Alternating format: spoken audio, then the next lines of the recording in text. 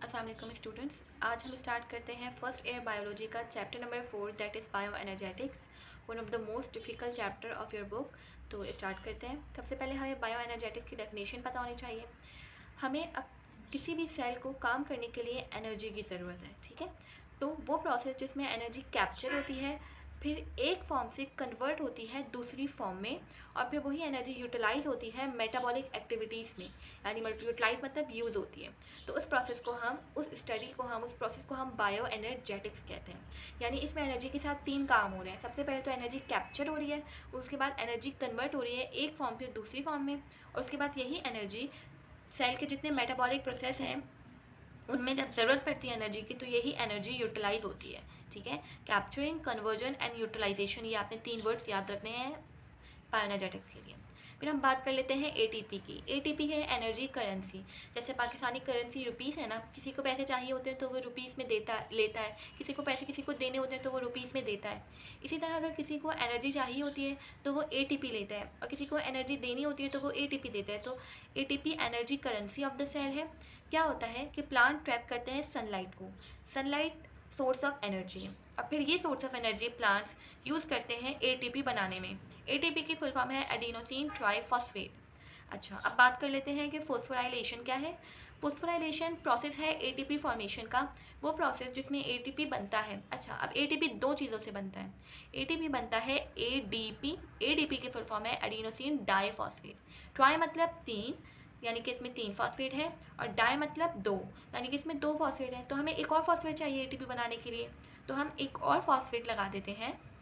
इस प्रोसेस से एटीपी बनता है, और इस प्रोसेस को हम कहते हैं फोस्फोराइलेशन।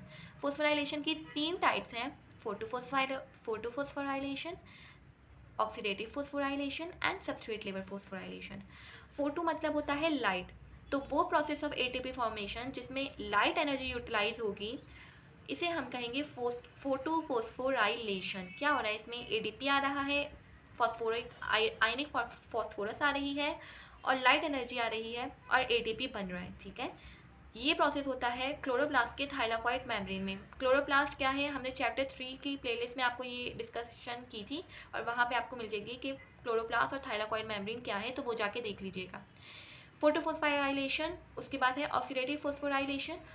हमारी बॉडी में एक प्रोसेस हो रहा होता है oxidation. Oxidation is the loss of electrons, ठीक है। तो लॉस ऑफ इलेक्ट्रॉन करने से जो एनर्जी रिलीज होती है, वो एनर्जी कौन यूटिलाइज कर लेगा, एडीपी और पीआई वो एनर्जी यूटिलाइज कर लेंगे और एटीपी बना देंगे। ये माइटोकॉन्ड्रिया के क्रिस्टाई में होती है। माइटोकॉन्ड्रिया का क्रिस्टाई अगर देखना है तो भी आप चैप्टर 3 में से देख सकते हैं, ठीक है। ये बातें आपने याद रखनी है। फिर थर्ड टाइप है सबस्ट्रेट लेवल फोस्फोराइलेशन। ये बहुत ही सिंपल है। इसमें एक सबस्ट्रेट फॉस्फेट और एनर्जी प्रोवाइड करता है दूसरे सबस्ट्रेट को, और इस तरह से एटीपी बनता है। आपने बस इसमें ये बात याद रखनी है, ठीक है। और दो पॉइंट हैं एमसीक्यूज के लिए। एटीपी फॉर्मेशन होने के लिए कितनी एनर्जी चाहिए, हम बोल रहे हैं ना कि एनर्जी चाहिए, लेकिन कितनी एनर्जी चाहिए, 7.3 किलो कैलोरी पर मोल एनर्जी चाहिए, ये आपने याद रखनी है, ठीक है। और एटीपी फॉर्मेशन के लिए हमारी बॉडी में दो प्रोसेस हैं। हमारी बॉडी से आई मीन लिविंग सिस्टम की बॉडीज़ में दो प्रोसेस हैं, एक फोटोसिंथेसिस और एक रिस्पायरेशन, ठीक है। पहला प्रोसेस है फोटोसिंथेसिस। फोटोसिंथेसिस एक लिविंग प्रोसेस है जिसमें लाइट एनर्जी कन्वर्ट होती है केमिकल एनर्जी में। लाइट एनर्जी कहाँ से आ रही है, सन से आ रही है, सनलाइट है ना, तो लाइट एनर्जी कन्वर्ट हो रही है केमिकल एनर्जी में, और केमिकल एनर्जी किस फॉर्म में, एटीपी की फॉर्म में और NADPH2 की फॉर्म में। और ये वाली जो केमिकल एनर्जी है वो फिर यूज़ होती है डिफरेंट काम करने के लिए सेल में, और प्रोड्यूस करने के लिए कार्बोहाइड्रेट्स, ठीक है। या इसको हम इस तरह भी डिफाइन कर सकते हैं कि फोटोसिंथेसिस एक एनाबॉलिक प्रोसेस है। एनाबॉलिक प्रोसेस वो प्रोसेस होते हैं जिसमें फॉर्मेशन होती है किसी चीज़ की, या जिसमें दो चीज़ें मिलकर कोई एक चीज़ बनाती हैं, ठीक है। तो ये एक एनाबॉलिक प्रोसेस है जिसमें कार्बोहाइड्रेट बनते हैं किन दो चीज़ों से, कार्बन डाइऑक्साइड से और वाटर से। कहाँ पे ये प्रोसेस होता है, क्लोरोफिलस सेल्स में, और किसकी प्रेजेंस में होता है, लाइट की प्रेजेंस में। हम इक्वेशन से देख लेते हैं ताकि हमें ये इक्वेशन याद हो जाए। हम क्या कह रहे हैं कि कार्बन डाइऑक्साइड और वाटर जब मिलते हैं in the presence of chlorophyll and sunlight, तो कार्बोहाइड्रेट और ऑक्सीजन बनता है। ये जो ऑक्सीजन है वो बाय प्रोडक्ट है। तो ये फोटोसिंथेसिस का प्रोसेस है जिसमें दो चीज़ें कार्बन डाइऑक्साइड एंड वाटर मिलकर कार्बोहाइड्रेट्स बनाते हैं। अच्छा, अब हम बात कर लेते हैं फोटोसिंथेटिक पिगमेंट्स के लिए। पिगमेंट वो सब्सटेंसेस होते हैं जो लाइट को एब्जॉर्ब करते हैं। डिफरेंट पिगमेंट एब्जॉर्ब करते हैं डिफरेंट वेवलेंथ की लाइट। दो मोस्ट इंपॉर्टेंट पिगमेंट्स हैं क्लोरोफिल और कैरोटीनॉइड्स। पहले हम बात करते हैं क्लोरोफिल की। क्लोरोफिल है जी ग्रीन पिगमेंट। क्लोरोफिल की 5 फॉर्म्स हैं, ए, बी, सी, डी एंड ई। जो सबसे मोस्ट इम्पॉर्टेंट है ना, वो क्लोरोफिल ए है और क्लोरोफिल बी है, जिनके बारे में आपको याद होना चाहिए। क्लोरोफिल ए का फॉर्मूला जो है वो याद कर लें और क्लोरोफिल बी का भी, क्योंकि ये पेपर में शॉर्ट क्वेश्चंस में आता है। ठीक है, ए का फॉर्मूला C55H72O5N4Mg और बी का C55H70O6N4Mg। अभी ही वीडियो को 10 सेकंड पीछे करके ये फॉर्मूलाज याद कर लें और फिर ही आगे बढ़िएगा। अच्छा जी, एनीवेज, क्लोरोफिल मॉलिक्यूल के 2 पार्ट्स होते हैं। अब आपने याद रखना है, एक पार्ट है हेड और दूसरा पार्ट है टेल। ठीक है, हेड वाला पार्ट फ्लैट होता है, स्क्वायर शेप्ड होता है और ये वो पार्ट है जो लाइट को एब्जॉर्ब करता है। भाई क्लोरोफिल का काम क्या है? लाइट को एब्जॉर्ब करना ना, ये एक पिगमेंट है, लाइट को एब्जॉर्ब करेगा। तो क्लोरोफिल का हेड पार्ट लाइट को एब्जॉर्ब करता है और ये हाइड्रोफिलिक है। हाइड्रोफिलिक मतलब कि वाटर से प्यार करता है, फिलिक मतलब होता है लविंग, वाटर लविंग है, राइट।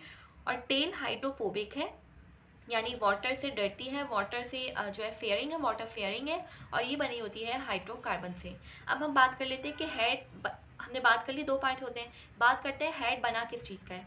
तो आपने याद रखना है, क्लोरोफिल का हेड बनता है पोरफायरिन रिंग से। सही है, पोरफायरिन रिंग से बनता है क्लोरोफिल का हेड। अब हम बात कर लेते हैं कि पोरफायरिन रिंग खुद क्या है। पोरफायरिन रिंग बनी है 4 पायरोल रिंग से। 4 पायरोल रिंग्स जब मिलती हैं तो पोरफायरिन रिंग बनती है। हर पायरोल रिंग के पास एक नाइट्रोजन है। क्या है? हर पायरोल रिंग के पास एक नाइट्रोजन। और ये चारों पायरोल रिंग्स के नाइट्रोजन जुड़े होते हैं मैग्नीशियम से। तो ये जब जिसमें 4 पायरोल रिंग्स हैं और वो जुड़ी हुई है मैग्नीशियम से, इस पूरे को स्क्वायर शेप आपने देख लिया। स्क्वायर शेप कैसे?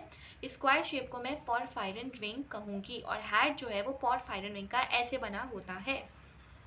अब हम बात करते हैं टेल किस चीज़ की बनी होती है।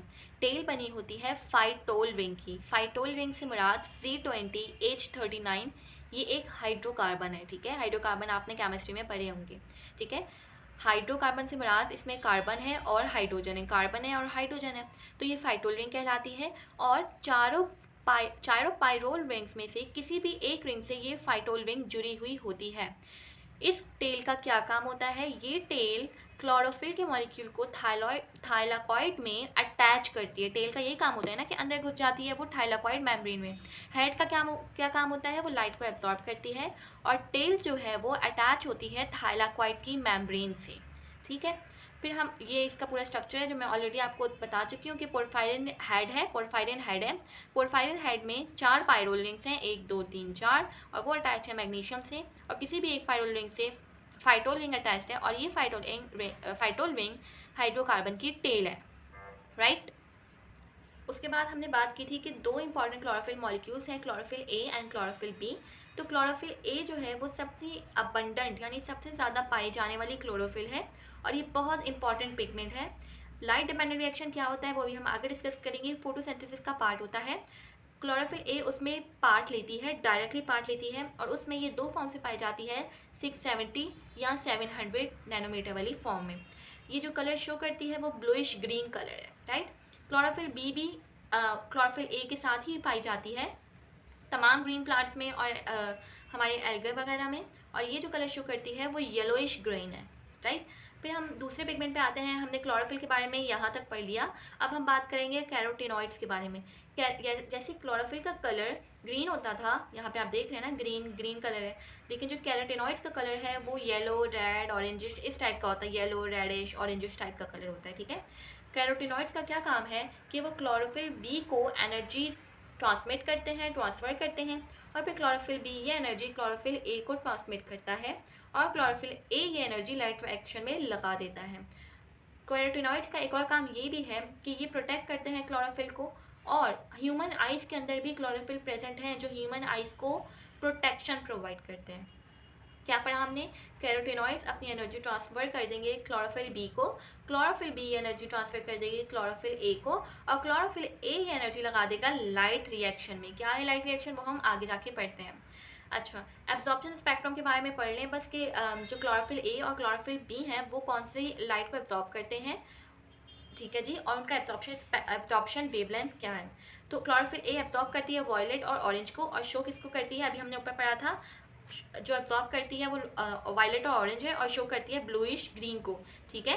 और इसकी जो वेवलेंथ है वो 650 से 700 तक चली जाती है। उसके बाद जो क्लोरोफिल बी है वो एब्जॉर्ब करती है ब्लू और येलो को, और शो करती है येलो और ग्रीन को। ये आपने याद रखना है एमसीक्यूज के लिए। और इसकी जो वेवलेंथ है वो 450 से 500 नैनोमीटर तक चली जाती है। अगली वीडियो में हम डिस्कस करेंगे फोटोसिंथेसिस। अब आपने क्या करना है कि इस वीडियो को 2x पे जाके एक बार दोबारा देख लेना है, जिससे आपका जल्दी से रिवीजन हो जाएगा। अल्लाह हाफिज़।